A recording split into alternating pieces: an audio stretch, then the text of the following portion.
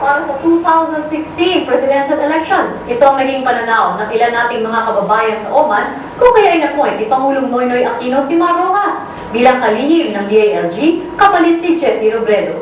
Ang detalye sa balitang Middle East, si Rowan Soledad.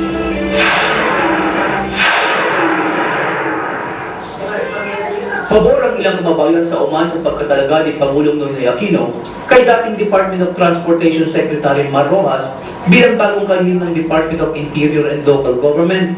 If he's sincere enough, then he can really do something to the people and to the government. And I believe that we should give him a chance. Pinalitan ni Rojas si dating DLG Chief Jesse Robredo nang pumanaw sa aeroplanong bumagsak noong nakaraang buwan. Maano naman po siya, mabait. At saka kilala ko na siya, kababayan ko po siya. Sana nga, matulungan niya ang mga kapwa ko Pilipino. Naging congressman si Rojas sa 1st District ng Capiz noong 1993.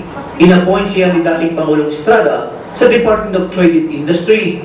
Si Rojas ang unang politiko na nakakuha ng 19 million votes noong kumandidato siya sa pagkasenador noong 2004.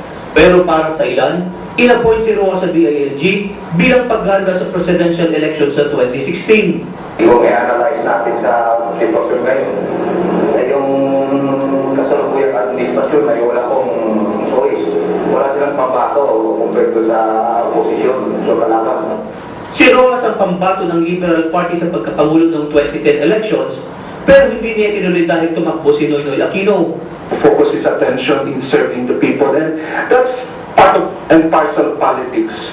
Pero bago daw sana unahin ang politika, dapat munang pagtunan ni Rojas ang mga problemang kinakaharap ng ating mga kababayan. I believe that his priority should be focused on building up livelihood projects for the people. Sa akin, maraming nalamigan. Yan ang action niya dapat.